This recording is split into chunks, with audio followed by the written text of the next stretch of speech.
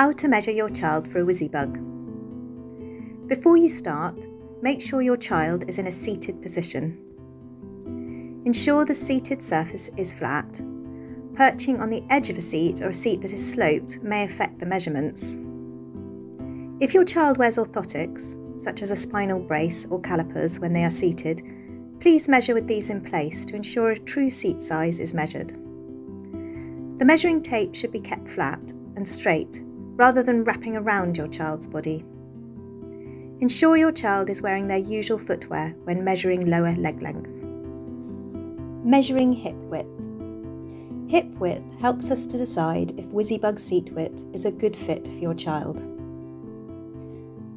To measure, place a flat hand on the widest part of each hip, and with a measuring tape, measure the length between your hands. Be careful to keep the tape straight and not to bend it around the body.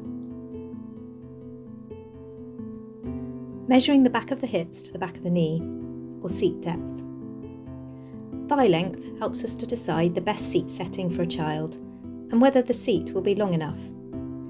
It is important that this is done accurately and includes the full extent of their bottom. To measure, place your hand behind your child's bottom as a guide. From here, pull the measuring tape until it reaches the back of your child's knee in a straight line.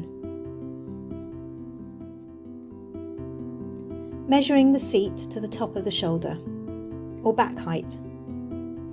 Back height helps us decide on harness position. Measure the length from the top of your child's shoulder to where their bottom meets the seat. Measuring from the heel to the back of the knee, or lower leg length.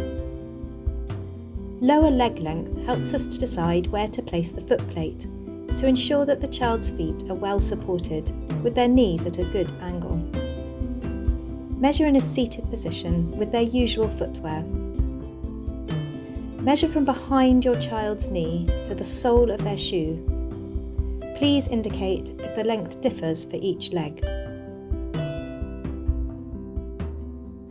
Sometimes our occupational therapists may find it useful to have some further measurements. Measuring the seat to the crown of the head. Due to their height, some children do not reach our standard headrest. If your child's head falls to one side at times, then they may benefit from a Chaley headrest. This measurement helps us to decide if this is appropriate. Please measure from the top of your child's head to where their bottom meets the seat.